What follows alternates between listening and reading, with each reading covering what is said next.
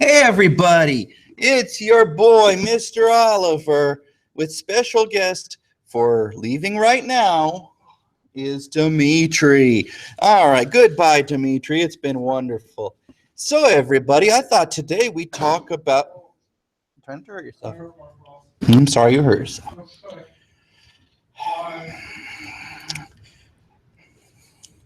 I thought today we would talk about a little something called the 19th century. Woo! 19th century, it's a great time. And that's, yep, there it is. A little bit. But where's my chat window? Oh, I remember how to make that work.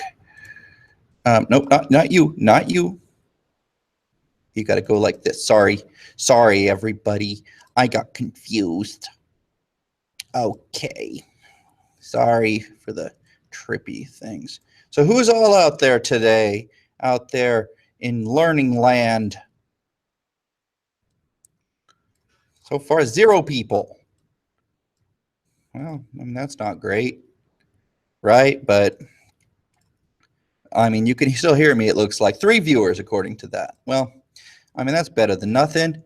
I mean, I think it's fun. Hi, Sahak. It's always good to see you. And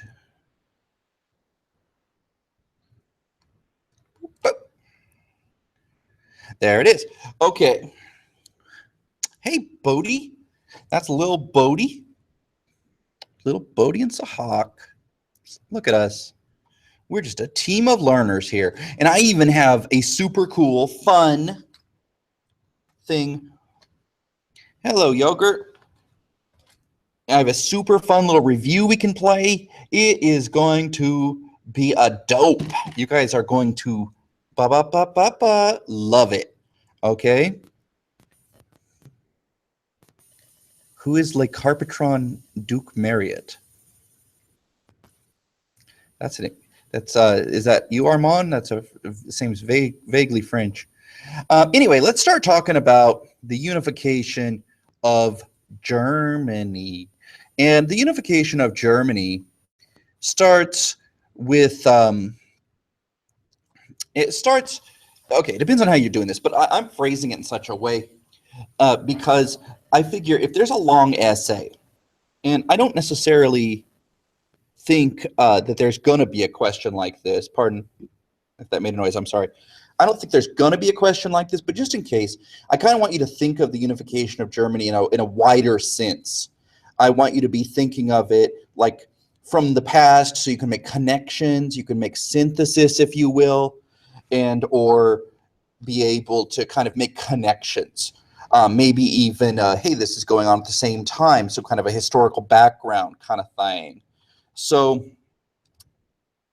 let me just close my email so it doesn't pop up. So anyway, I'm assuming that's you, J Mart. It's Carpetron. So the unification of Germany, in a way, it kind of begins, if you go back far enough, with the Holy Roman Empire. Everyone always thinks of Hitler as being the Third Reich. And students often ask me, what were the first 2 Reichs? Do you need to use the phone? What do you mean? Okay, take your bag. Dimitri forgot his bag. Anyway, so the Zollverein is the first time since the Holy Roman Empire where the German states kind of are able to make a union. And keep in mind, in the era of the 19th century, there's all kinds of nationalism. There's all kinds of desire for people coming together. So the idea of a Zollverein, in other words, making it so you can trade from one German state to another without having extra tariffs and things like that, that's kind of a way of, having some unification. After 1848, the Prussian parliament is controlled by a lot of people who are very liberal. And again, this is 19th century liberalism. So we're talking about liberalism in the sense of wanting rich white dudes to vote. So not like liberals today. They want change, but they don't want like crazy change. Socialists were the only ones that would have been like, men and women should both be able to vote. And of course, there were people like the Chartists, who were the British people we talked about in the previous review, that thought that all men should be able to vote. Still sexist, but all men. And then these liberal middle class guys were a little more restrictive. Anyway, a lot of them were influenced by nationalism. A lot of them were pushing for a unification of all of Germany. And as we talked about in the last review, these were not successful demands. They tried to go to the king, and it was a guy named Frederick William IV. And they came to him, they said, yo, do you want to be emperor of Germany? And he's mixed, right? Because he's like, well, yeah, but I don't want to be told by you I can be. Because if someone else gives you power, that means they're going to expect something in return. So he says, I do not want a crown from the gutter. In other words, from the people, but he's being mean about it. So that is why it initially fails. Well, next thing we know, 1862, Otto von Bismarck is appointed by Kaiser William I to defy Parliament. And actually, it should be king. It shouldn't be Kaiser. My bad. I changed it. And I was working on the latter part of this, and I wasn't even thinking. What a goofy boy I am. Sorry about that. So anyway, William the First. Remember what I said about them all being named William or Frederick William? I wasn't joking about that. Anyway, Bismarck is a Junker, and I'm going to spell that. A German noble is a Junker.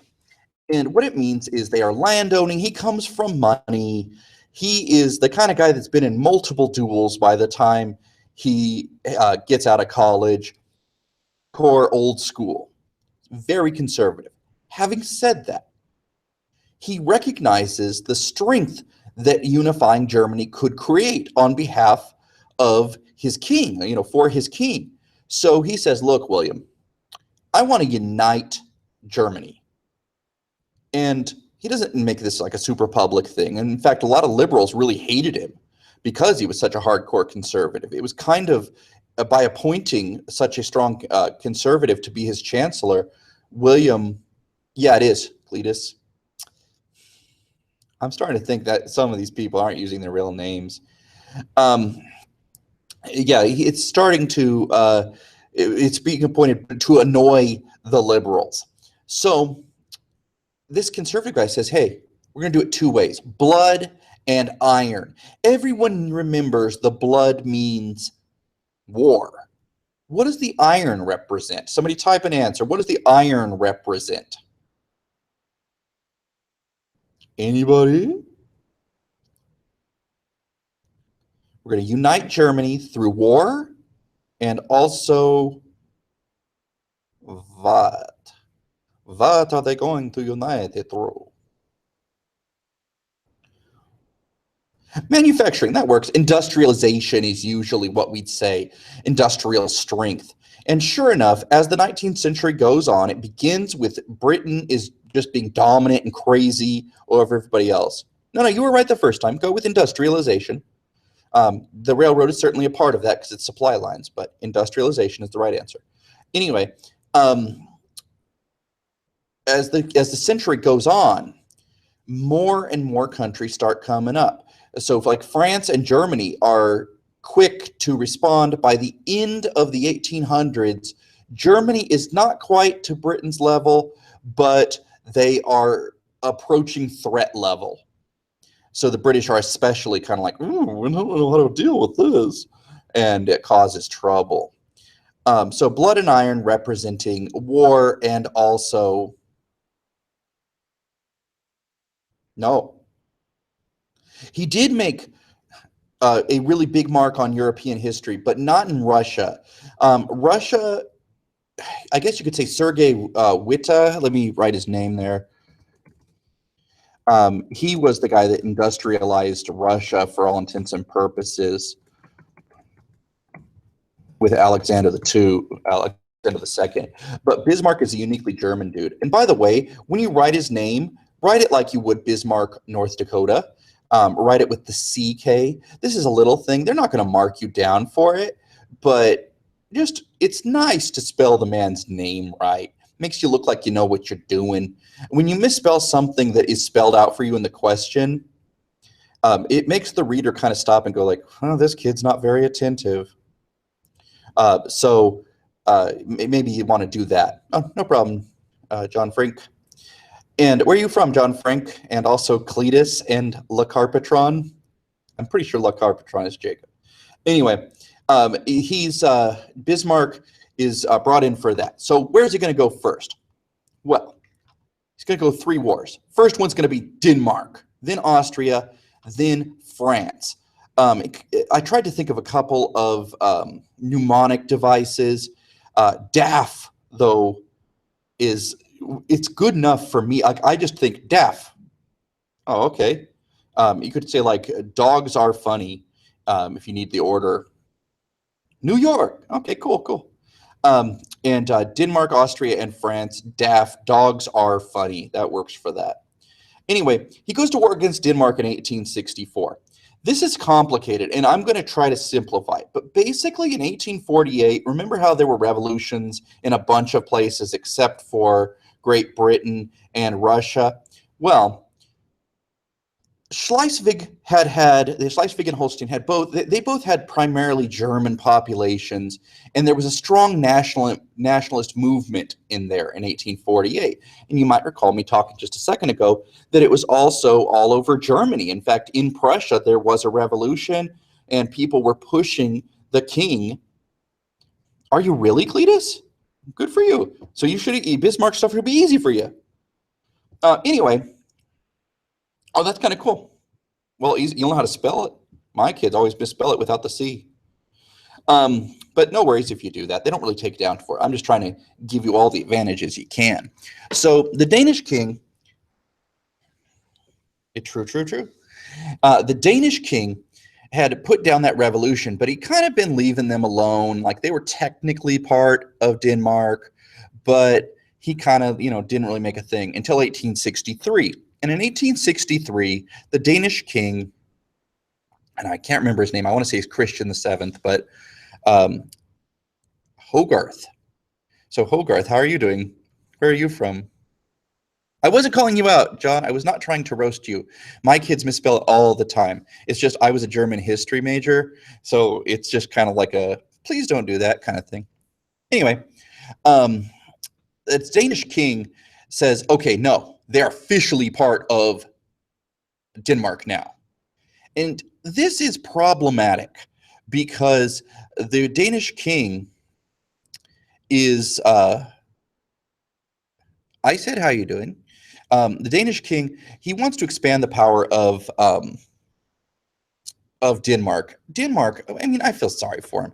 They don't have a ton going on for them. They have a wonderful culture, but goes, they're not trying to make a big move here. They didn't think it was going to be that controversial. Some ministers were like, with reservations, let's go along with this. But, they went along with it. So Prussia says, look, this is unacceptable. Bismarck is doing this, though, as a manipulator. Bismarck is very Machiavellian.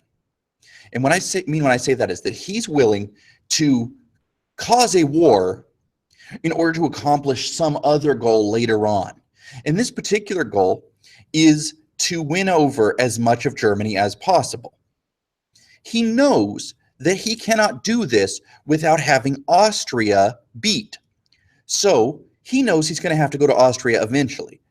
So he comes to Austria and says, hey guys, wow, really? Louisiana, we got a lot of people from all over. And he says, hey guys, I'm just saying we should do something about this Schleswig-Holstein question. And the Austrian king is like, the emperor is like, oh yeah, we definitely should. And he's like, together we will divide them up. Oh, okay. So Prussia goes to war along with Austria, knowing full well eventually they will have to defeat Austria in a war. Now, if you're looking at the map here, I think you can see my mouse. After they defeat the Danish, and frankly, it's not that big a deal. Over here, I'm from Fresno, California. It's in Central California, and some of my students are also from Fresno. Anyway, they unite with Austria. They defeat the Danish. It's not a big deal. This is an easy war, but Bismarck wants to cause trouble, so he divides it up and he says, "Hey guys, Austria, you take Schleswig, we'll take Holstein." And he knows that Austria, in order to control Schleswig, is going to have to march their troops through Holstein. And it's going to be easy to claim that Austria is causing trouble. And that's exactly what he does. And in 1866, Prussia declares war on Austria, saying they are mobilizing against us. They are preparing for war. And this is not true at all. Austria has no desire to go to war with Prussia. All this is kind of a contest to see who can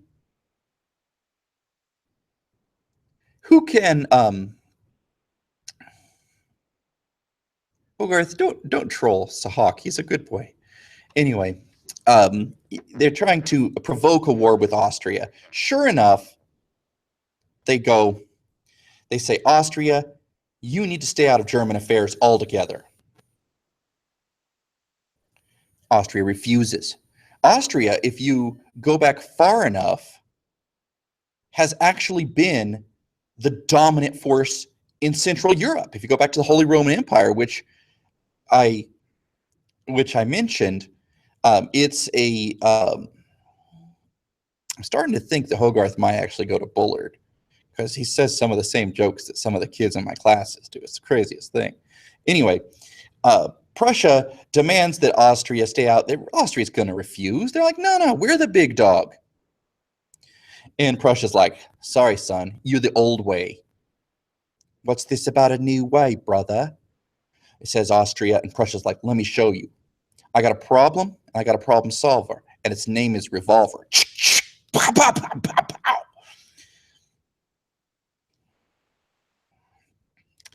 And Austria goes to war. Austria loses against Prussia. It is a 7-week war. And sometimes it's called, get this, the 7 weeks war because it lasts for 7 weeks. And you go, okay, then what? I bet Bismarck is like, yo, we are going to take out these people. And, we're going to humiliate them. But no. Oh, I was just trying to find something nice to say about Denmark, John. Austria was interested because they didn't want Prussia to go over to the Schleswig and Holstein territories and take them over, because then it would make Prussia too powerful. Bismarck realized Austria would object to that. So Bismarck says, hey guys, why don't you join us? Austria didn't really care, but they were just trying to keep up with the Prussians, basically. I'm sure there's, in this class, I just can't think of much that the Danish are going to show up for as far as essay questions or even multiple choice. I mean, of course, I'm going to be wrong. There's going to be, on Friday, there's going to be 100 questions. Probably not, there's only 55, but there's going to be at least 4 questions probably about some Danish weird thing that I forgot to talk about. But really, for big topics, I can't think of anything. Anyway, the Prussians whoop them. And the king of Prussia, that's William I, of course, he says, guys, Bismarck, we beat him. What are we going to do? Bismarck's like, not that much, actually. We are going to not take any territory away from Austria. We're going to say, hey, everything that belongs to us. And from now on, we are going to, kind of be the dominant people here. Austria, you're going to stay out of German stuff.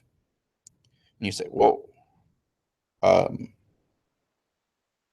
Well, I guess we can't really do anything about it. You just beat us, and there's no reparations. In other words, we don't owe you any money. So, all right, fine. Prussia, you're the big dog now. You're the man now, dog.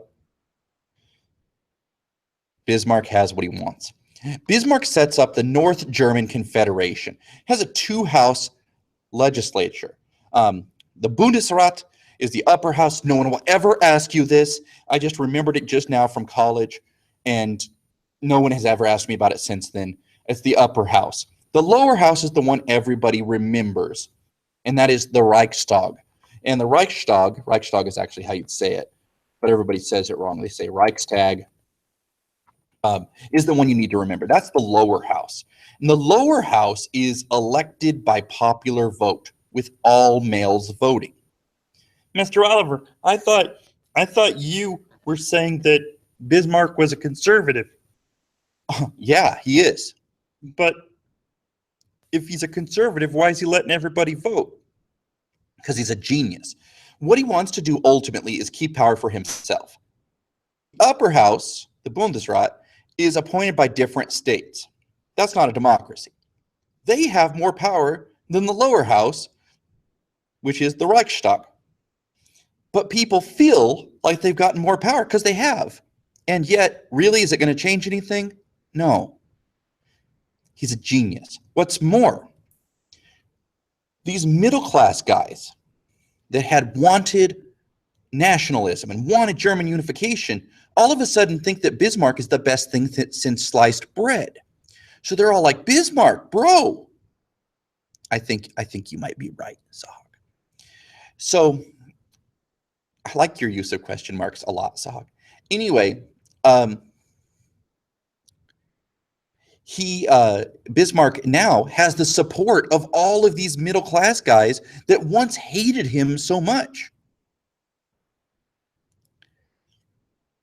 Wow, there's a lot of drama going on in the chat. Are you guys getting it? Does it? I like the question mark. Is everything making sense? Do you need to worry about this stuff? Like, I would know, John, I think that my students, at least one of them, is playing a prank where he's pretending to be someone else. This is good-natured fun, and I do not think it is actually a thing. Anyway, liberals now, they're supporting Bismarck. Technically, he had been ruling and spending money without any sort of permission from the parliament. He was supposed to be allowing that, but he wasn't getting approval from the parliament. So now the North German Confederation loves him.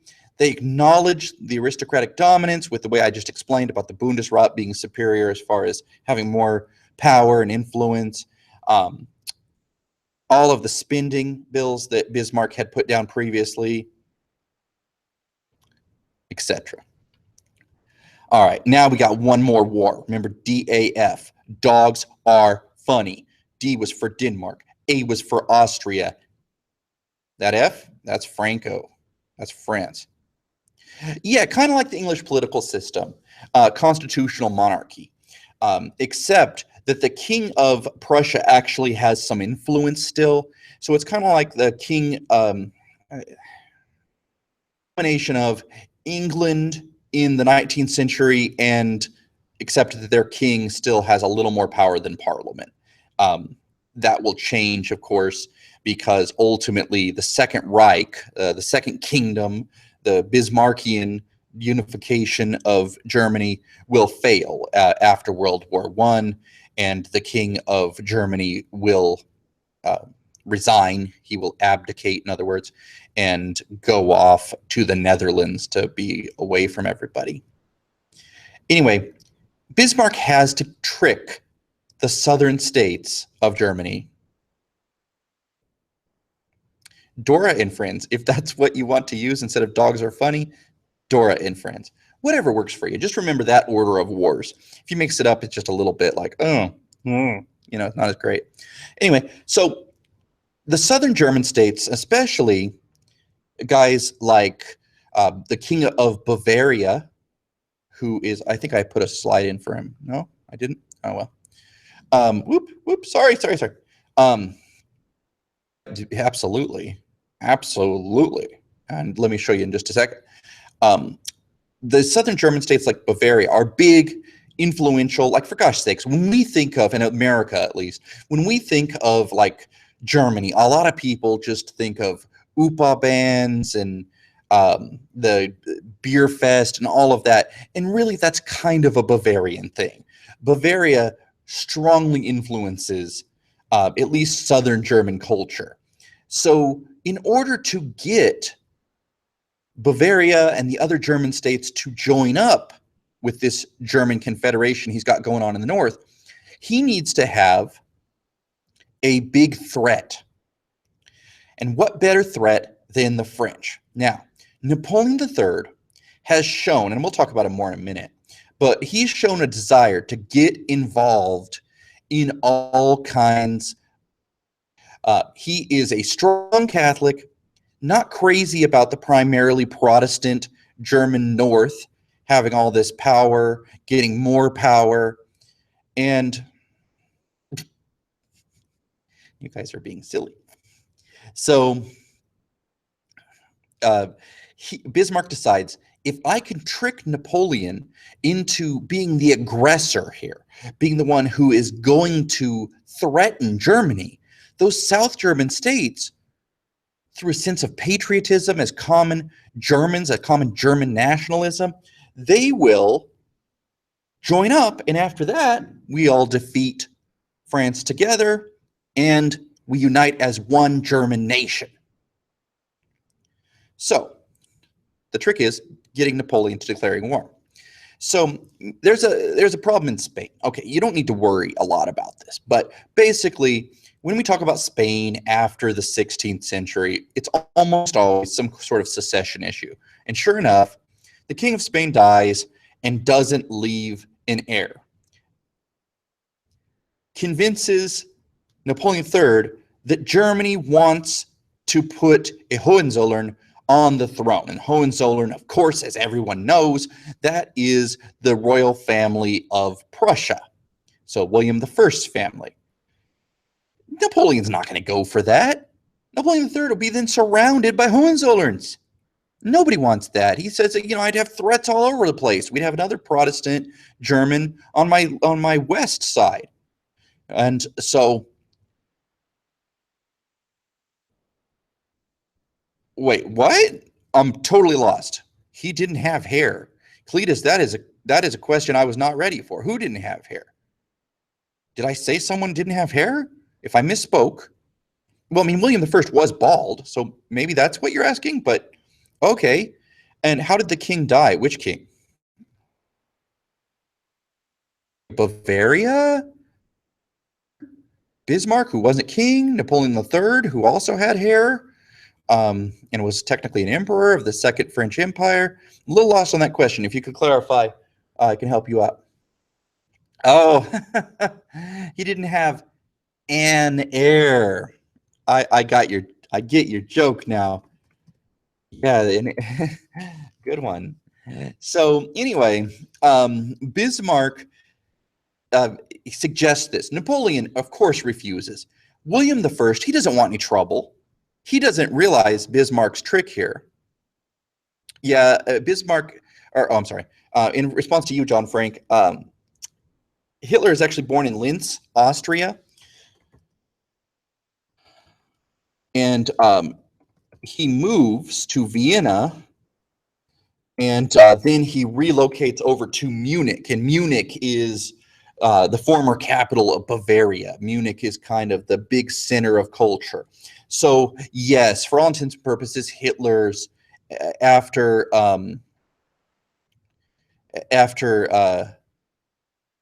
World War I, he settles in Munich, and chitty chitty bang bang, Hogarth. Yeah. Okay. Anyway, so William I doesn't want trouble. Sock. This chat is lit today. When in his timeline did he write Mein Kampf? He writes that while he's in prison after World War I, and while he's in Munich, he tries to overthrow the government, and he fails. That is the known as the Beer Hall Putsch. Let me just spell that so there's no...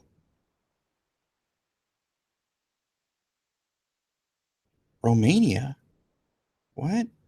No, I don't think Chitty Chitty Bang Bang is set in Romania. I actually think it's England, if I'm not mistaken.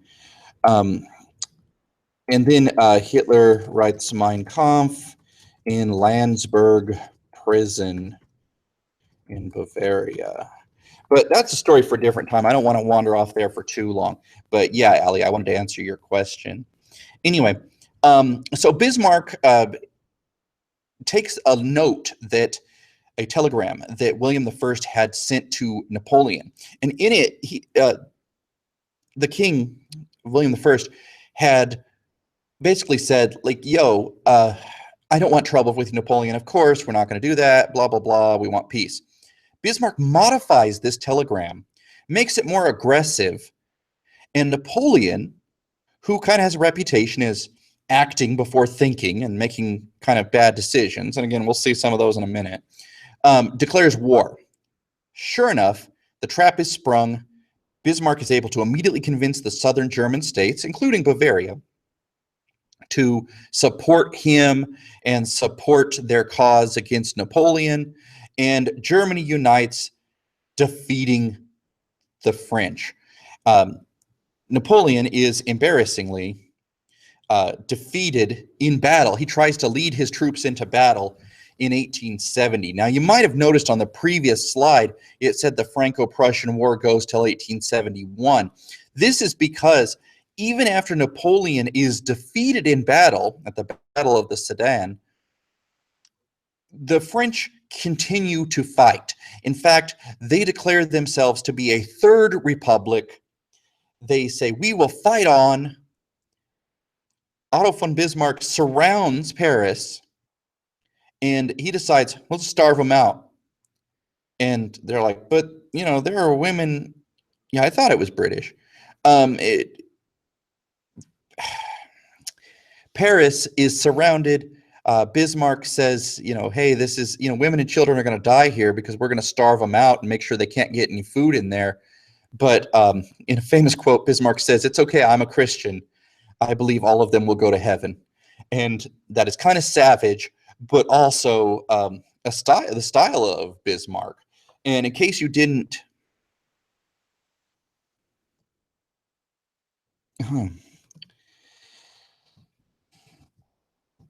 realpolitik is often what Bismarck is cited as using, which is, I'm going to look at things from a very cynical point of view. It's not about doing the right thing. It's about doing what works.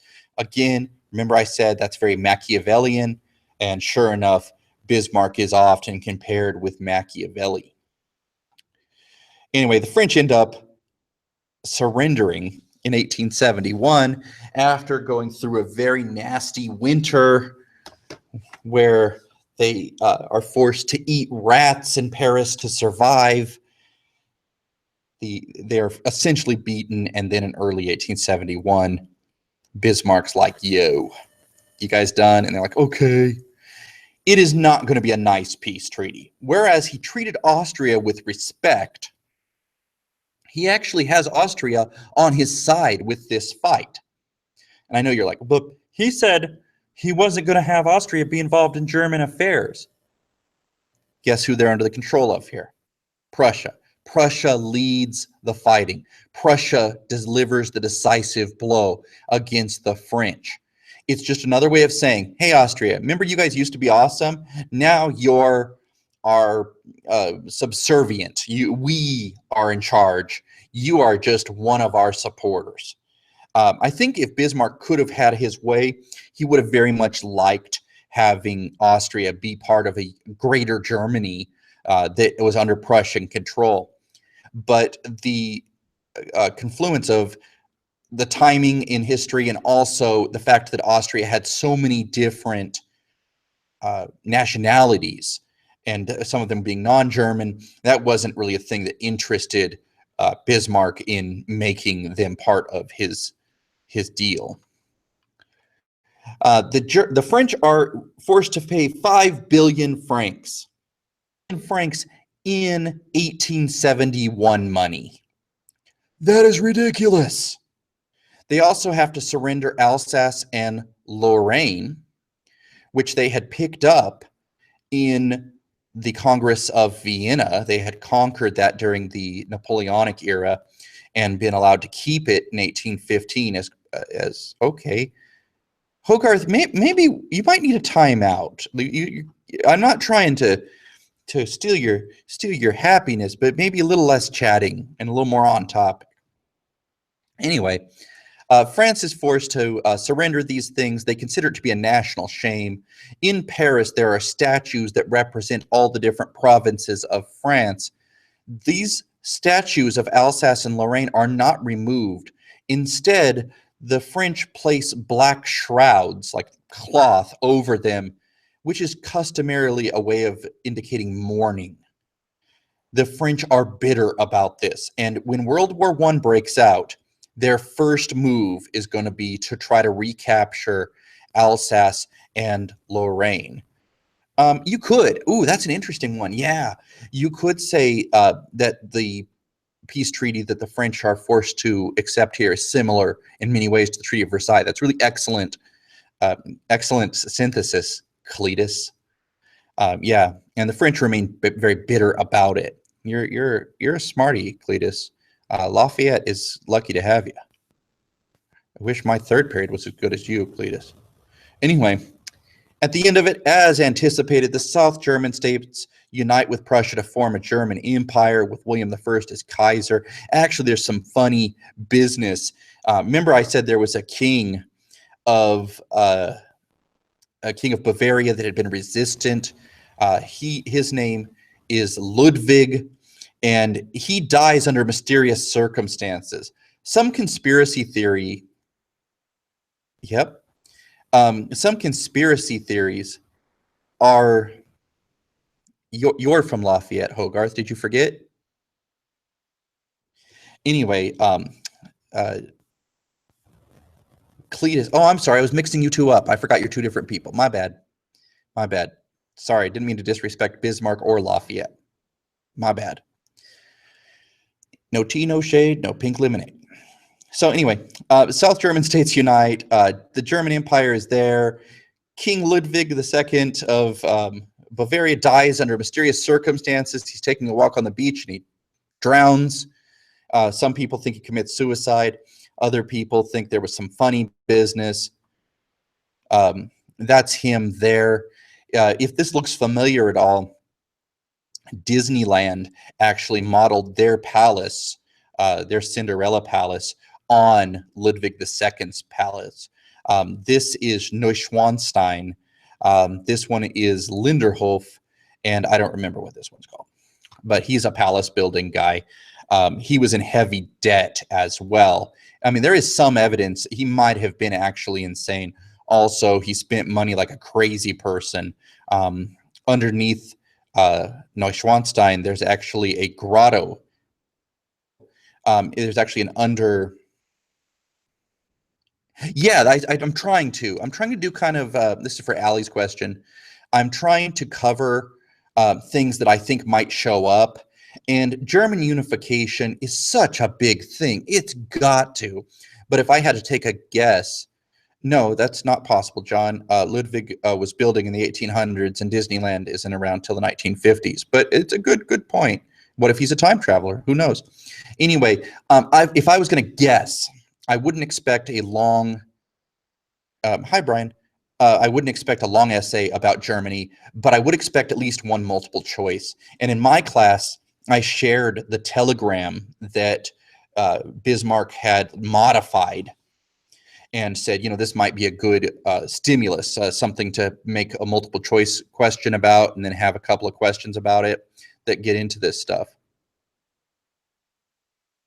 Oh, okay. Where are you from, Brian? Yeah, globalization and social aspects, they love it on the AP test.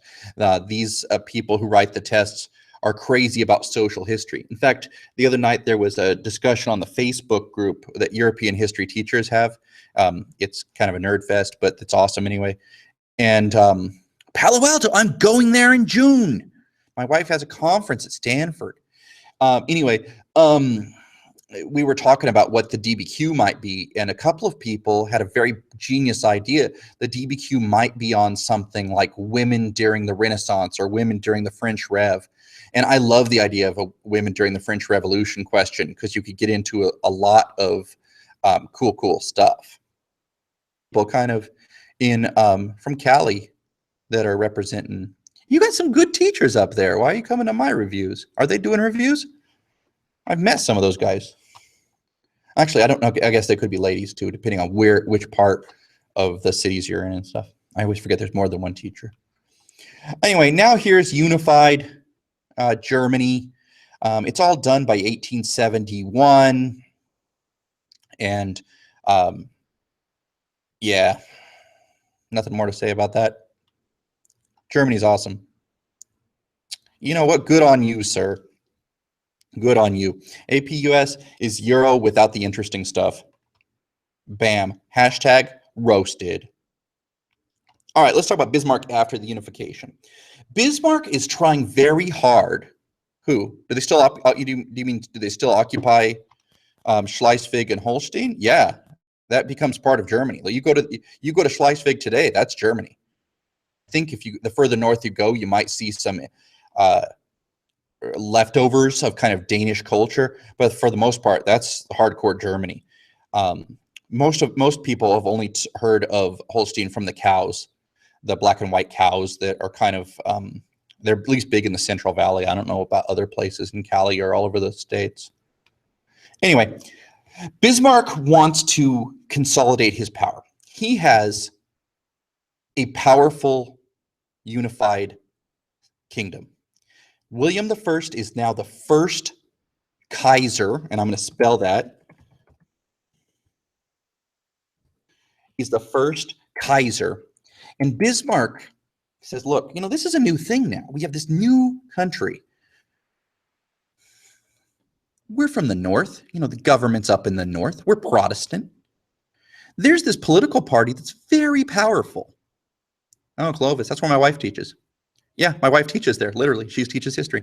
She doesn't speak English, but she teaches there. I teach at Bullard High School. That's in Fresno. It's right. It's about 20 minutes away from Clovis. I live about 5 minutes away from Clovis High. Anyway, Bismarck says, look, guys.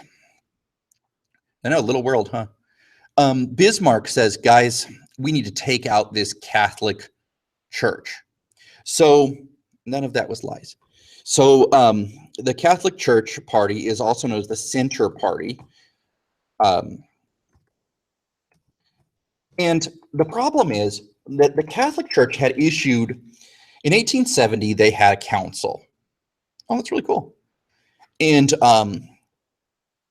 the Catholic Church had said the Pope is infallible. The Pope had also said, in other words, he can't make mistakes. So anything he says represents the will of God on earth. What's more, the Pope has explicitly said, if you're a Catholic, your duty is first to the church and second to your state. So if you're a French Catholic, if you're a German Catholic, and in the south, in Bavaria and the southern parts of Germany, they are still primarily Catholic. He says, hey, you guys should be loyal to us first. Yeah, last year, what Brian's referring to is last year there was a Bismarck DBQ, and it was a poorly, in my opinion, poorly written DBQ that had a really nasty pass rate for kids who had to take that one. The other one, which I'm not allowed to talk about, and I'll have to censor if anybody brings it up, the other one had a more charitable pass rate, and that one was never released. So hopefully they'll go with that other DBQs they give out. They have 2 DBQs at least, possibly 3, depending on rumors. I think it's 3. But yeah. So Bismarck, after unification, says we're going to go after the Center Party. And because, yeah, I didn't do it in my class because I hate that DBQ so much. It made me so bitter. I got salty because like most of my kids took it last year and they had a bad pass rate on that. Anyway, the other one, Frank, because it is, I signed a non-disclosure thing, and so we have to pretend that we don't know anything because it was never supposed to be released. The only reason I know about it is because last year on Twitter, there was a lot of discussion about it among students, which they weren't supposed to be doing. And technically, I didn't, I never saw it, even though I heard it. So I have to pretend that I don't know about it and actually teach as if I don't know about it. Anyway, you guys are you're asking a lot of interesting questions today. So Bismarck's attempt to kind of wipe out, he's not, I didn't want to kill him or anything like that. I want to make that, oh, that's a good one.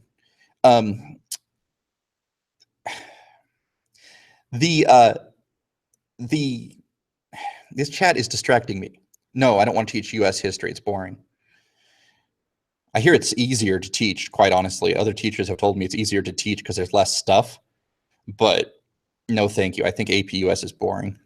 I don't like talking about tariffs and the Holly Smoot tariff and stuff like that. He is successful in the North of reducing Catholic power, but frankly, in the South, that's where it already was, and that's where the Catholics were dominant, continue to be dominant. It's a failure for Bismarck. By the way, culture Kampf, the word, struggle for civilization, culture war, literally. So then he decides, okay, I need to take out the socialists. That's my other main problem here. I was worried before about these Catholics taking orders from the Pope. Now, and that's actually, by the way, you want some synthesis on that one? Bismarck is concerned about Catholics taking orders from the Pope. In the 1960s in America, people were still worried about John F. Kennedy taking orders from the Pope. He was our first Catholic president in America. Wonderful synthesis. Both different time periods, different countries, both worried about the exact same thing, both worried about the influence of the Catholics, both movements unsuccessful, where Bismarck is unsuccessful in knocking out the Center Party, and of course, Kennedy was elected president in America. So it's interesting. The 3 Gs. Guns, gold, and glory? Are you talking about, that's what I use for the old imperialism. That'd be fun. Tom and I have actually talked before, but we've never talked about doing a hangout together. I'll float the idea. Guts, glory, ram. Yeah, I'd say God, glory, and gold. Yeah, that's more of an old imperialism kind of thing, a 16th century thing. That doesn't really work for 19th century. Henry of Navarre and the Edict of Nantes. You mean as synthesis for this? I'm not sure it really works for synthesis. I mean, you could compare it to another religious struggle, but that was actually like a religious war, whereas this is more of an intellectual struggle. I wouldn't really say that one works as strong for a synthesis. But to be honest, I'm going to be very real with you. I talked to a lot of readers because I was there at the reading last year, and I was hearing my roommate was grading the DBQ until 1945. He's not born until 1889, so we don't have to worry about Hitler yet. Anyway, the synthesis that a lot of the readers get is very poor, and usually it's only a sentence. So if you can give more than a sentence, thank you, Brian, for saying it is lit. A lot of my students say it's cringy, and I think that's offensive. I prefer lit, as in lit with the lamp of knowledge. So, what was I talking about? You got me thinking about my Instagram. I was like, oh, good, my Insta presence is lit. I don't remember what I was talking about. If it was important, let me know. So Bismarck decides he's going to refocus on the socialist movement. The socialist movement, of course, synthesis. Yeah, for that, I don't really think Henry of Navarre works very well for that. I like much better the idea, the Kennedy thing. I think that's actually a fairly clever one because it's so far away. You want ones that are so far away. Oh, that's what I was saying at the reading. At the synthesis, it's so poor at the reading. So if you can write a couple of sentences, have it make sense, and relate it back to the topic, oh my God, you're gold. You are wonderful. If you just say like, This is like Kennedy. you're probably not going to get anything. But if you can, make it a little bit, yeah, I think I'm talking about now. If you can go a little further and make a clear argument of how this other event is similar, and I like Kennedy because it's a different country and it's a different political system a little bit. So yeah, I like that quite a bit. Other guys that are like Bismarck, Machiavelli, that's an obvious one.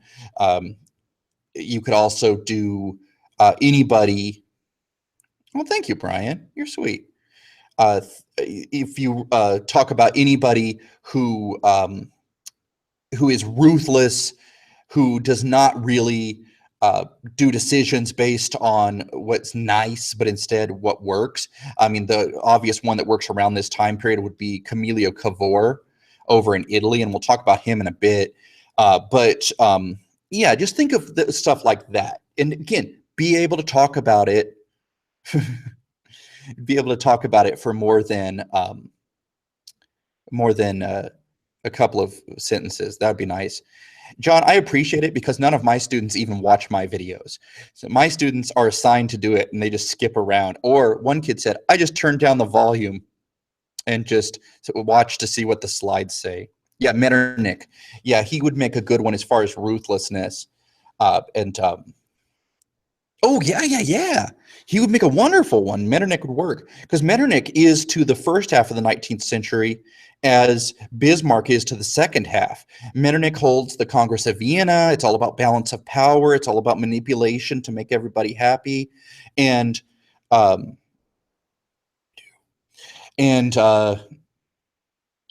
Bismarck presides over the Congress of Berlin. Is responsible for trying to keep war from breaking out over Africa and the African imperialism, which really isn't a topic I wanted to talk about right now, but it is a conference. Yeah, Metternich works wonderfully. Good one. Okay, so how does he end the socialist movement? First, he tries to outlaw the party. How did he come up with the idea of the balance of power? He just wants to make sure nobody gets too strong. That's all. I mean, nothing fancy. He just doesn't want to make sure the five major powers, and the five major powers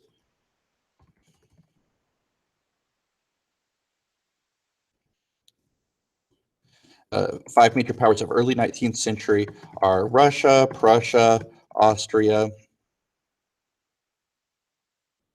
Yeah, Ali, you can. And in fact, I see some students doing that. And I would almost always, I would write it in my conclusion. The conclusion is kind of like the unofficial perfect place for it. Oops, I almost forgot my Oxford comma. There we go. By the end of the 19th century, wow, that's not nice. Time out for you, Hogarth. So that was not a bad question, Frank. You're a good man. Anyway, tries to outlaw the socialist movement. It doesn't work out so well, and the socialists continue to thrive. So then he gets a brilliant idea. He says, how can I destroy socialism? I'm sorry, your brother is mean. Okay, I'm sorry. I don't know what to say, Frank. What if I take away their reason for attracting people? I mean, what do the workers want? They want protections for when they're sick. They want guarantees that if they get injured on the job, they'll be taken care of. They want to know when they're old that they'll be taken care of. So what they do instead is they say, all right, Bismarck starts passing legislation that says, we're going to give you these things that the socialists want to give you. And imagine you're a worker. Now you're like, well, I guess I don't need to be a socialist, and push for more rights because they're giving it to us. Ooh, that's wonderful. Yeah.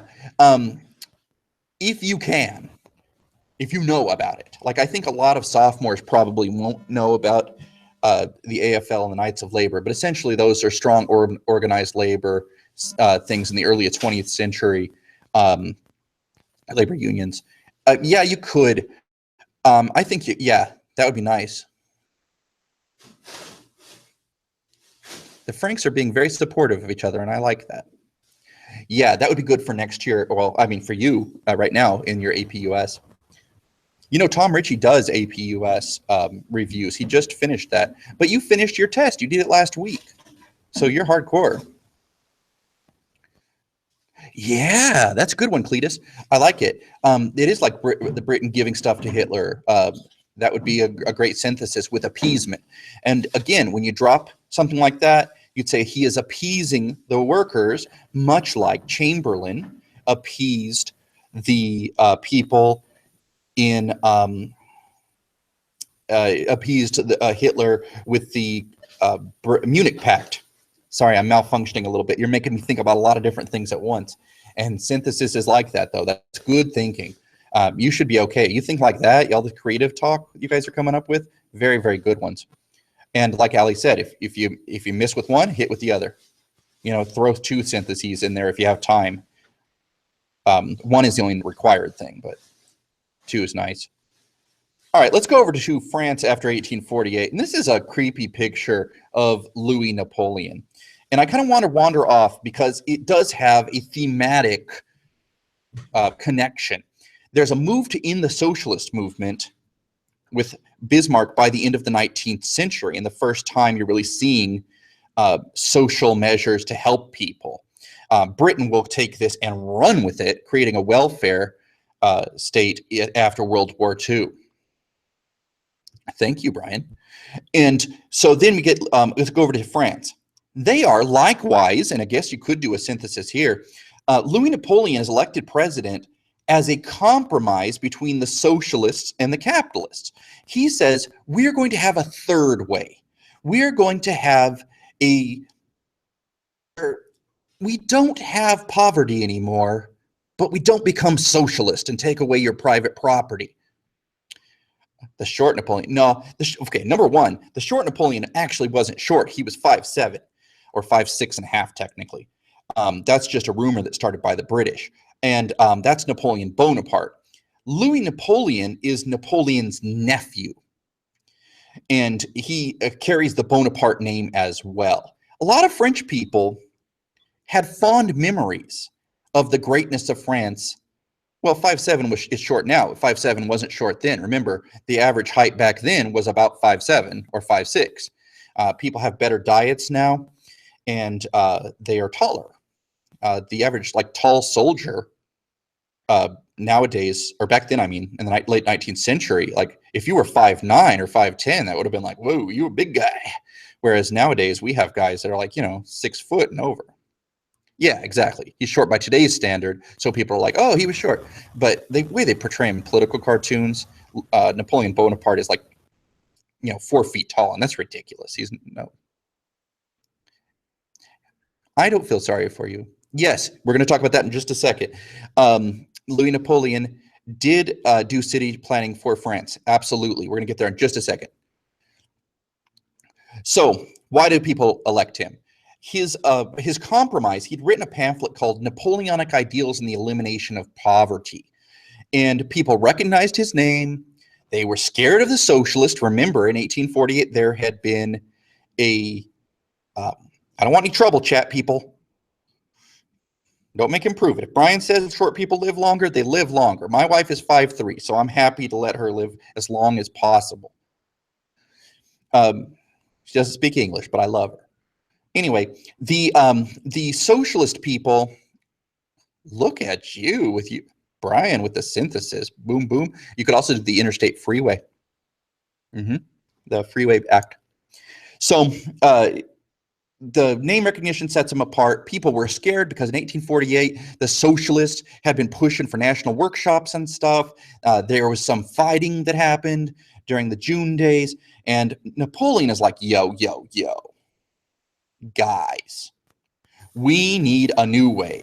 So we're going to do things like having building projects. And sure enough, we're going to talk about that. They are going to rebuild France.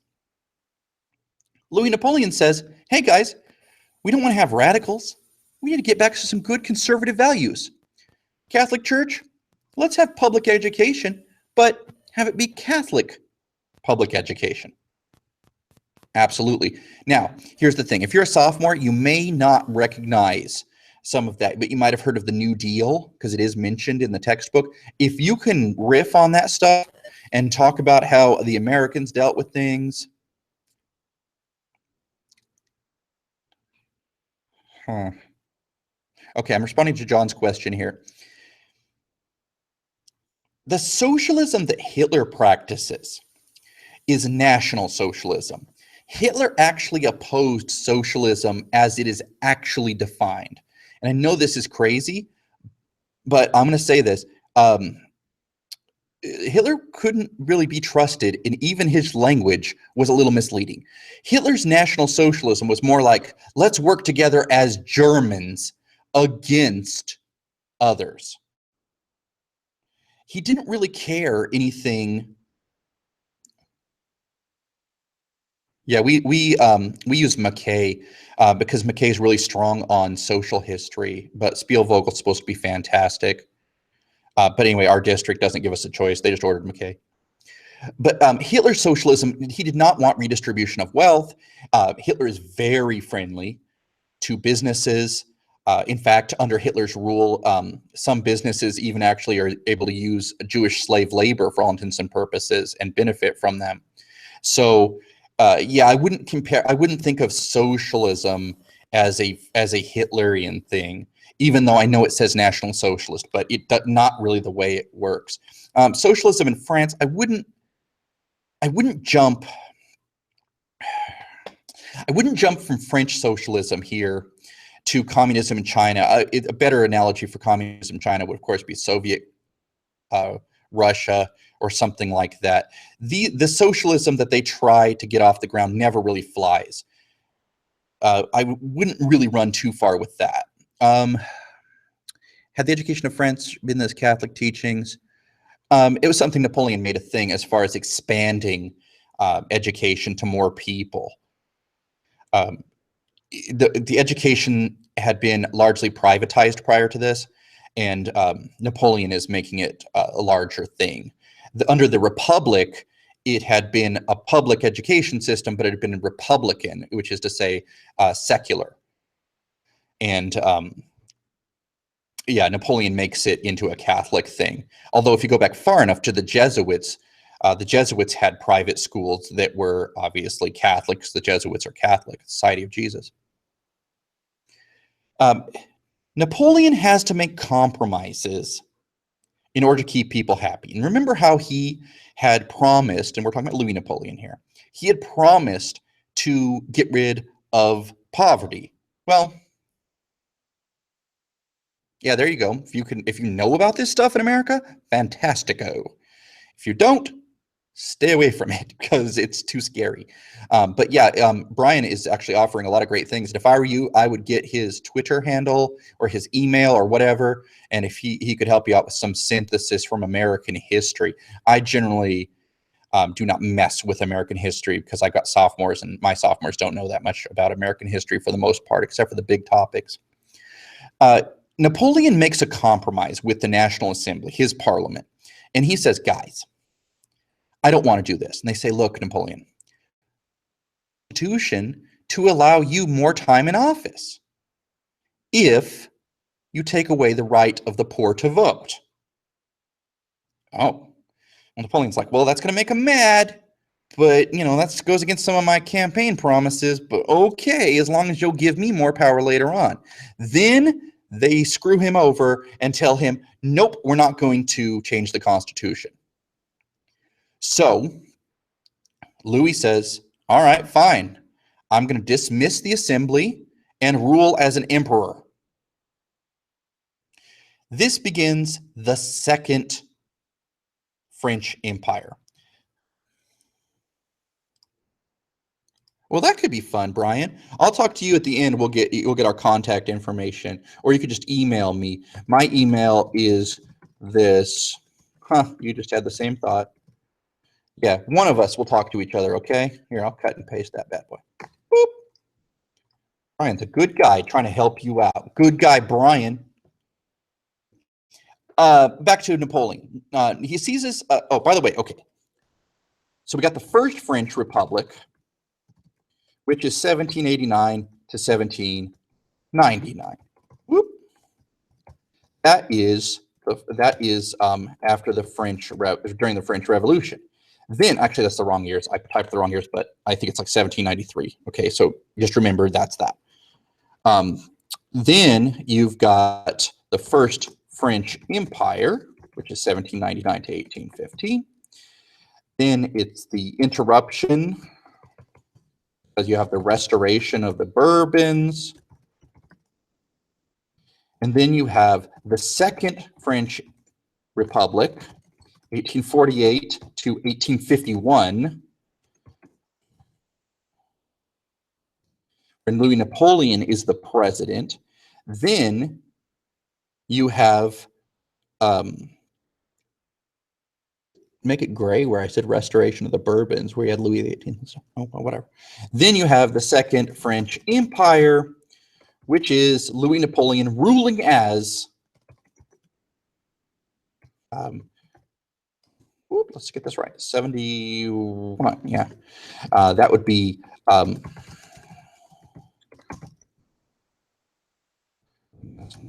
three. How many republics? 5, is that right? Because the third one is at the end of the 1800s. The fourth one is the Vichy Republic, and the fifth one is what they have now. I'm pretty sure that's correct, that there's been 5. We're currently on the 5th one. So Napoleon rules as Napoleon III. Frequently asked question, why Napoleon III? Why isn't it just Napoleon II, the sequel? Because Napoleon Bonaparte, Napoleon I, had a son, and much like Louis XVII, this son is technically in charge for a short period of time, but never officially in charge. So out of respect to the child, out of respect to who would have ruled, he's there kind of as a placeholder. So Louis Napoleon rules as Napoleon III. Now, Napoleon I, Napoleon Bonaparte, had been a very strong leader, very militarily minded, but very happy to set up police states and stuff like that. Napoleon III has multiple problems. No, he's a little wishy-washy for my taste. And that's not bad as far as a ruler goes, because he wants to make his people happy. But he's also an emperor. So he's a little too aware of the public disdain for him when he does things that are bad. So he tries to make him happy by doing other things. So he never keeps anybody that happy. As a result, in 1871, at the Battle of the Sedan, when he's captured, the people kind of just dump him and move on and start the French Third Republic. This is off the top of my head. I did not plan on doing this today. So the French Third Republic, I believe, goes until the Vichy Republic. That right now, because you made me nervous. I don't want to be wrong. Where's my Google tab? Yeah, here we are. When does it end? When does it end? 1940. Oh, snap. Who is? Oh, so good. Do you see that? I knew that off the top of my head. I mean, I'm supposed to because I have a master's degree, but still. And also, but I specialize in Germany. So any French questions are kind of, yeah. Anytime there's, yes, I like that a lot. Brian just brought up a synthesis opportunity. Anytime they discuss suffrage, you can always make an analogy or a synthesis with something else at a different time, right? So you could talk about like, oh, this is similar to when they let African Americans vote in the late 19th century over in America. That's a totally different thing. Saying universal male suffrage over here in France, and then what, 20 some years later, allowing African Americans to vote in America, wonderful synthesis. Allowing women to vote. Wow. Okay, you can relate the 19th century type stuff with. Thank you, Cletus. Or were you talking to Brian? Either way, it's all good. He's also a super genius. Yeezy review. I'm wearing Yeezys right now, my friend. That's true. So, right here, I'm tempted to show you. Here, I'll show you. Look at this. Watch. Just turn off my screen sharing just for a second. Look at this. Look. Yeezys. You saw they were totally Yeezys. Anyway, back to work. Napoleon does something that other people do too sometimes, like your Hitlers and even Napoleon the First had done this. Yeah, you really could. Brian, you should become a history teacher for U.S. history because you are the bomb. Our history teacher here, bah. Charles de Gaulle, I can talk about it. I know this stuff. Charles de Gaulle is a French general during World War II. That's the leader of the French Free French under the Nazis. And he, what would you review my Yeezys? Yeezy review. Anyway, yeah, they do name the airport after him. And de Gaulle becomes the leader of France after the Nazis are driven out. So I would say 1940s up to 60s. He's in charge as late as the 1968 student revolt in Paris. So yeah. Anyway, what I was saying is Napoleon and some other guys want to set up a. They want to set up a. I'm not super flexible, bro. They want to set up a way to kind of make sure the people are with them. So they set up what's called plebiscites.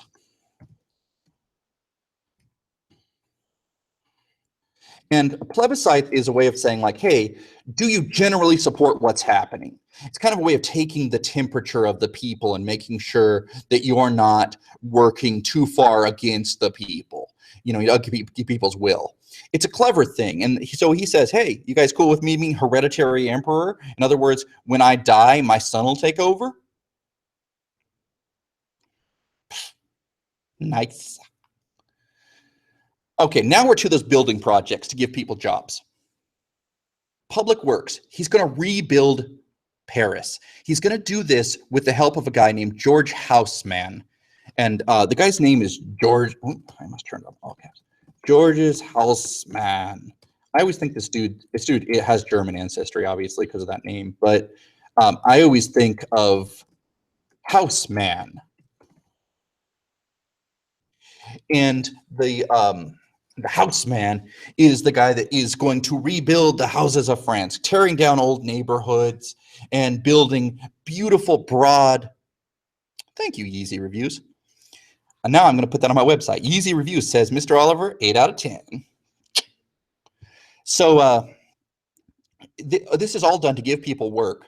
Also, by rebuilding Paris and getting rid of some of these older neighborhoods, it's going to promote tourism. And also, Napoleon doesn't want people to be able to revolt against him. So this is a way of shutting them down. You try to work against Napoleon?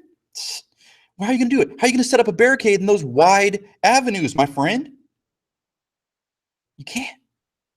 So that plus railroad construction, that's the RR is not. Oh, you know what? I already have all the Yeezys I need. I paid like $3,000 for these on eBay. Yeah, I can't afford more. Anyway, so railroad construction, not Red Robin construction. Investment banks. He gives workers rights like the unionizing and striking. And if you want to do a little synthesis there, granting workers rights to unionize and strike, compare that with what Britain was doing that I talked about in that last lecture, if you saw it, where Britain was worried about giving people too many rights. So they kept suspending things under the Combination Acts of 1799 or the Six Acts of 1819. So yeah, those are all kind of ways that you can compare and contrast. Of course, by the later 19th century, the British were just like the French. They were allowing people to unionize as well. But you don't want to do synthesis with something from the same period. That would be historical background instead. I would say as a rule of thumb, 50 years separating for synthesis. 50 years away would be nice. There's a new constitution passed in 1870 where he is going to be the hereditary emperor. He will be in charge over parliament, and then a terrible thing happens for him. He goes to war with Prussia. And we already talked about this. He was tricked into it. Napoleon, just to give you a sense of what he'd been doing, Napoleon had gotten involved in Mexico. Surely you've heard of, I believe Cinco de Mayo was actually a celebration of the defeat of the French army at the hands of the Mexican army. Yeah, all right, sure. That one's not as strong, but it's good. It's still a good one. Because remember, something is better than nothing. And you got, okay, wow. Okay, I only studied Europe, dude. So I can't hit you with all this Battle of Puebla stuff. So, the Franco-Prussian War is very unsuccessful for Napoleon. Napoleon, who had been distracted by helping out Catholics in Mexico, trying to install a member of the Bonaparte line over there, that failed. The Mexicans got rid of him.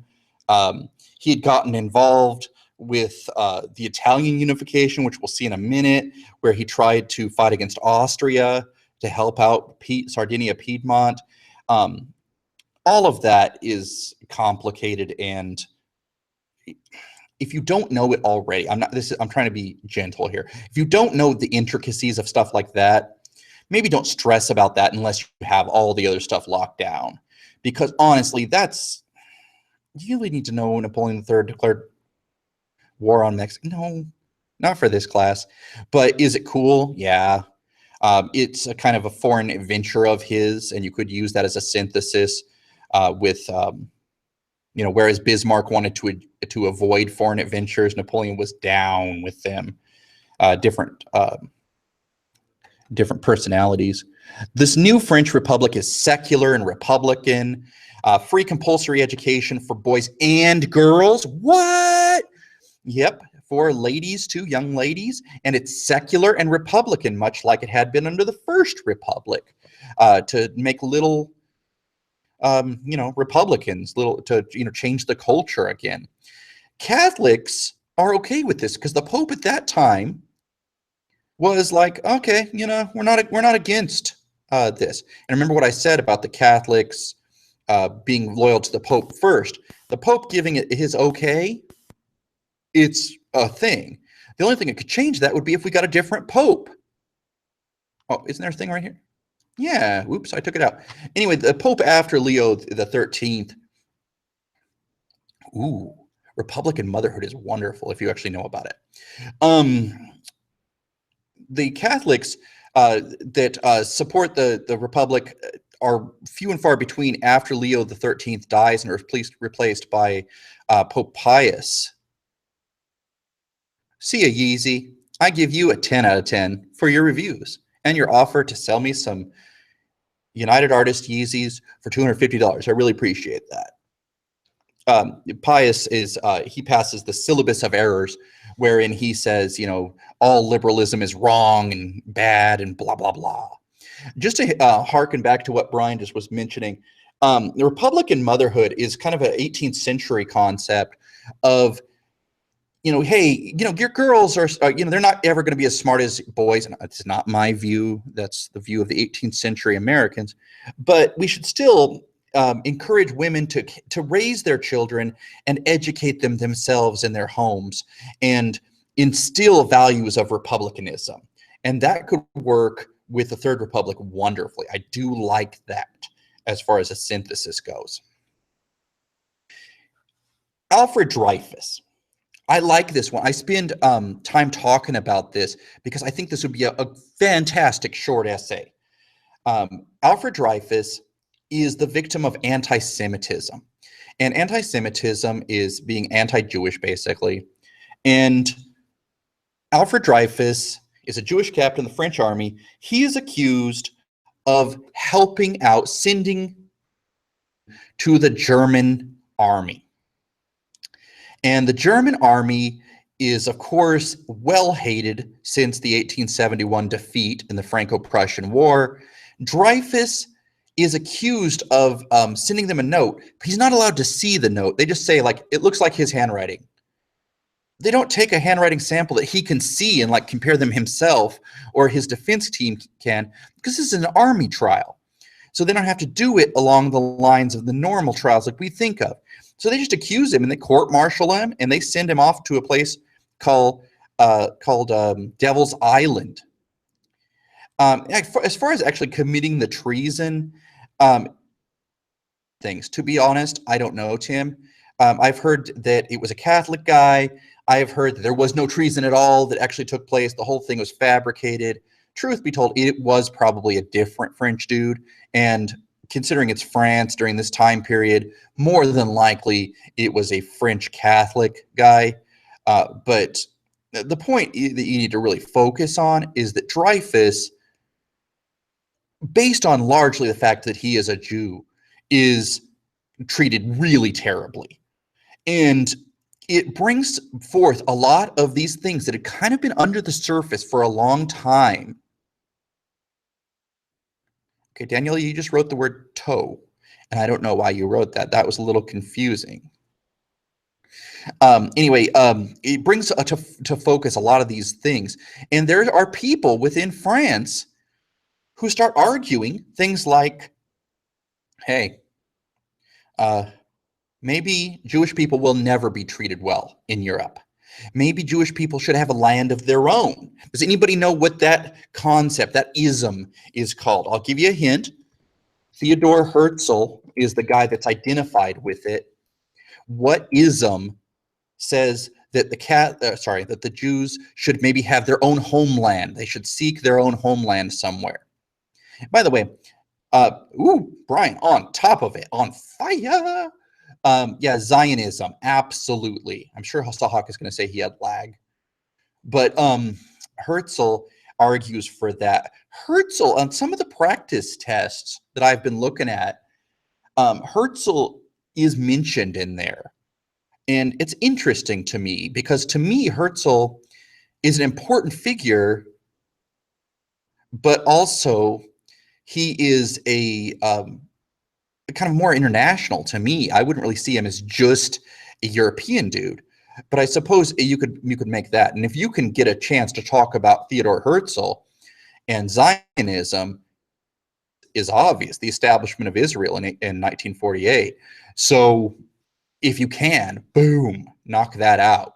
But I can't imagine them asking a long question about Herzl unless, and this is another thing I like, maybe for a multiple choice, what if they had an article written by Herzl or written by somebody who was criticizing the army or the anti-Semites who were accusing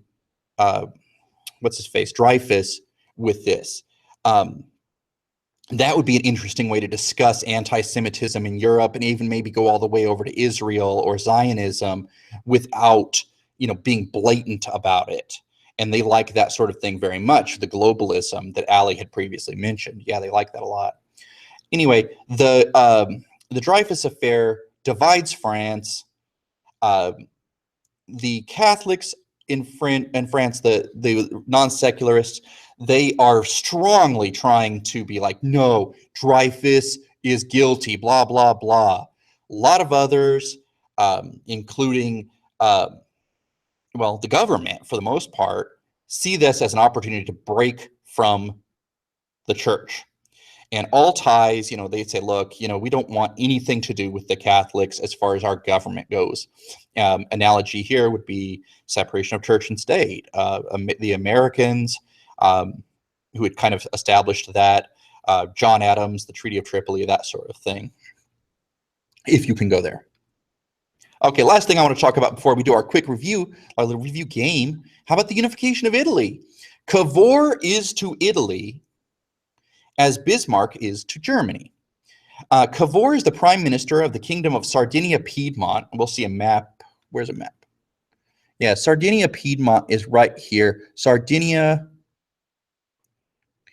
is... Sahak is a big admirer of you, Brian. That's fun.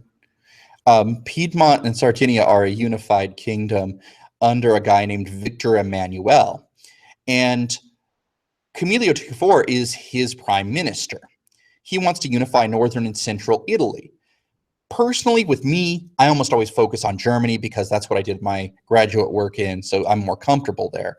But look and see if he's a genius. I think you're looking for genius, my friend. Sardinia provokes Austria in declaring war. Huh.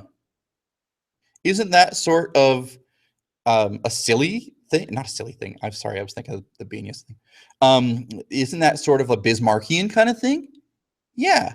Sardinia talks Austria into declaring war, gets France to join in, but then Napoleon is a flipper-flopper, says, yay, I shouldn't be going against Austria because the Pope doesn't like it and sent me a note, so I'm going to get out of this. And so Sardinia is not super successful, but in doing that, Central Italians decide, hey, Sardinia, you are our guy. Okay, we want to go with Cavour, we want to go with Victor Emmanuel. Meanwhile, this fellow right here, Giuseppe Garibaldi, is a freedom fighter in Sicily, fighting against the Bourbon control. You might recall that, here's a synthesis. The reason southern Italy was under Spanish control was because it was the kingdom of the two Sicilies. And at one point, that had been under the control of the Spanish. And the Spanish became Bourbons with the War of Spanish Succession, which ends in 1713, which puts Philip of Anjou, who was Louis XIV's nephew, this is all from memory, so I think this is right, on the throne. Anyway, long story short, that family had continued on, and then eventually the kingdom of the two Sicilies was technically Bourbon. So Garibaldi was fighting against these Bourbons. He wanted a republic. He did not want what Cavour wanted. Oh, thank you, Brian. See, Brian's there for me. Garibaldi's followers are called the Red Shirts. The Red Shirts move up southern Italy, defeating the Spanish king. And they're going to eventually meet. If you look here, they're going north. Meanwhile, Piedmont, Sardinia was unifying, heading southward. You got two problems. Number one, what kind of government is this unified Italy going to have if it happens? Will it be under the control of somebody like Garibaldi who wants a republic? Or are you going to have a kingdom, maybe a constitutional monarchy under Piedmont, Sardinia? And also, second question, what do you do about the Pope over here in Rome? The Papal States were a significant thing. And the Pope does not want anything to do with being ruled by an earthly government. It's disrespectful to the papacy. So they're going to need to find a compromise. In 1870, Garibaldi actually says, yo, guys, I'm going to, hang my hat here. I'm going to say, okay, we can be under Victor Emmanuel's kingdom, and Rome votes to join. The Pope does not. The Pope does what's called a self-imprisonment in the Vatican. He is a prisoner of the Vatican. He locks himself in the Vatican Church, and he will not have his own thing, his own kingdom, where he's under the control of himself, not the Kingdom of Italy, until the rule of Mussolini in 1922 or 1923. Did he start making chocolate? The Pope. Why would the Pope start making chocolate, Cletus? I'm a little confused by that one. So I don't think that happened. All right, I'm going to close this bad boy right here. Sure, save it. Watch it. And we are going to do something fun. We are going to have a game. And the game is going to be on quizzes. What did I do here? What is happening? Why can I not make it bigger? Well, here, I'll just do this. So go to join.quizzes.com the code is 939-555. And we can play a little review game. It's going to be possum. Everything is possum.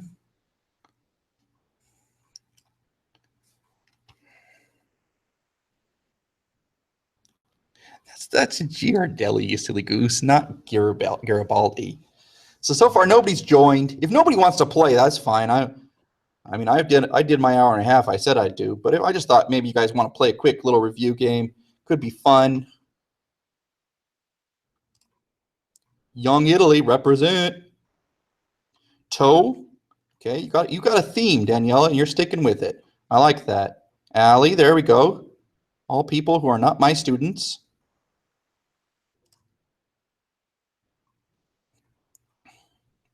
Are all of my students gone? Is that really what we're going to do, my students?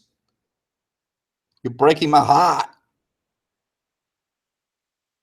I'm done with this world. Is that really it?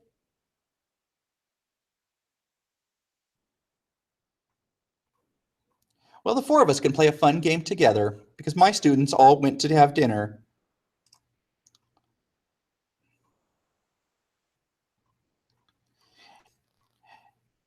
The questions will be showing up on your end. You should be able to see them. You should be able to see. I can kind of keep track of who got it right and wrong.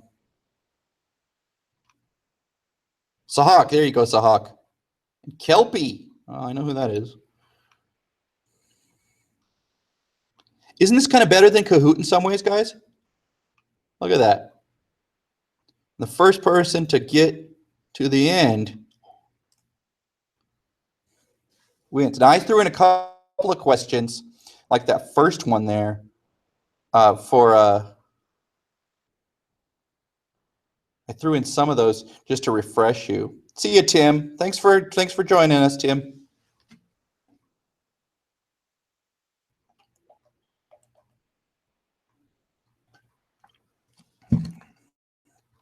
I'd like to remind you today, my Yeezys were rated 8 out of 10. Now that Yeezy Reviews is gone, I'm going to tell you guys a secret. They're not real Yeezys. I paid $20 including shipping for them on Amazon.com because I'm a teacher and I can't afford $3,000 Yeezys. I was fibbing. I was trying to impress Yeezy Reviews.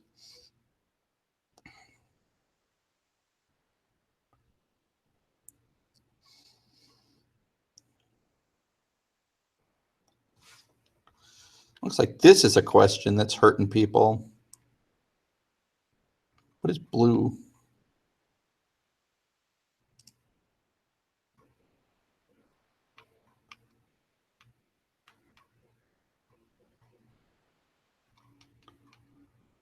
This is the first time I've used quizzes. I think I like it. I could assign this as a homework assignment. I kind of dig that.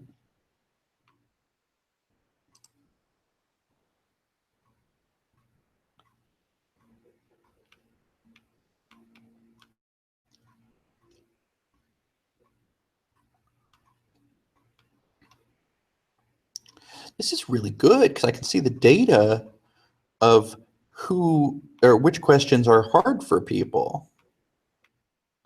Ooh, I like this a lot.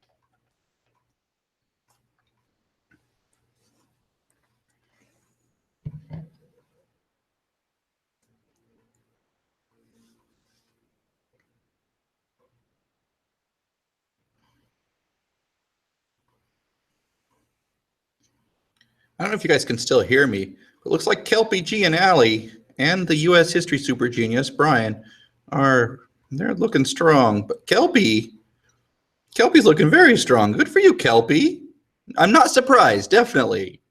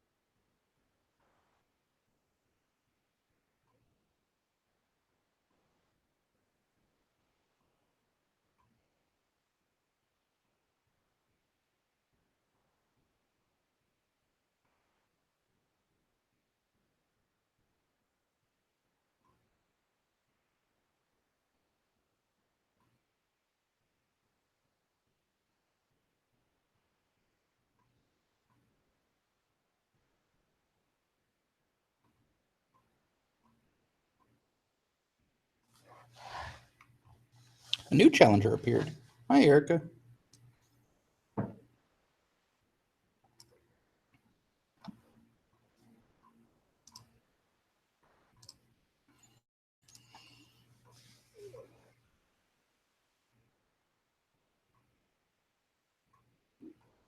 As always, if you have any questions for me, my email is charles.oliver@fresnounified.org, and my Twitter is at Oliver Preps. Hi, Erica. And my Insta is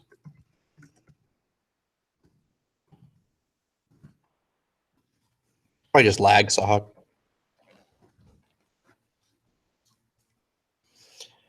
Kelpie. Kelpie.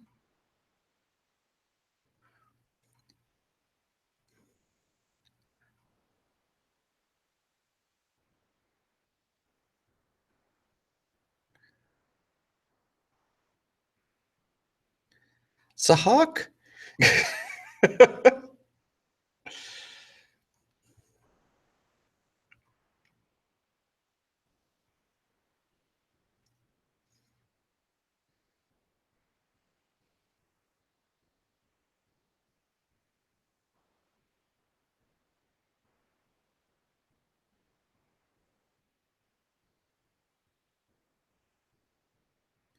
Kelpie, so strong. Where is that Kelpie in class? Come on, Kelpie. Erica, I don't know if you wanted to stay. Oh, new competitor. Good job, Toe. I'm new to this quizzes, but good job, Toe. Why do you call yourself Toe? Just out of curiosity, because I'm one of these people who I do not like the feet. So, why would anybody call themselves Toe on purpose? I'm very upset about this. I mean, I respect you, and if you want to call yourself Toe, you go Toe. But usually people call themselves Toe or like Tony, and you're Daniela. So, what were you? Oh, yogurt. Are you Toe?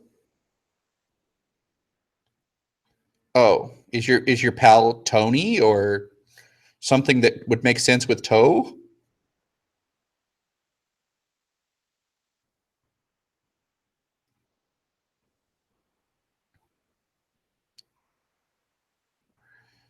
I'm gonna stop this at Tor.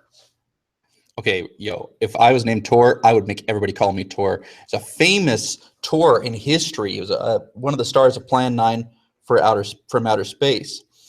Tor Johnson, he was an ex-professional wrestler who plays one of the aliens resurrect corpses and use them to terrorize Earth members. And Tor is dope. It's a good name. Okay, new competitor. Who are you, new competitor? Because I want to stop this at 5:45. That wasn't from the exam. The thing about Tor Johnson. That's from a movie called Plan 9 from Outer Space. It's considered to be one of the worst movies ever made. I like bad movies.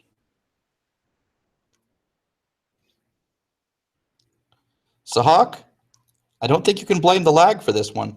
My next review is going to be, let's look, I think it's tomorrow. Yep, after school at 3:30. And I'm supposed to talk about imperialism and World War I, so I guess I will.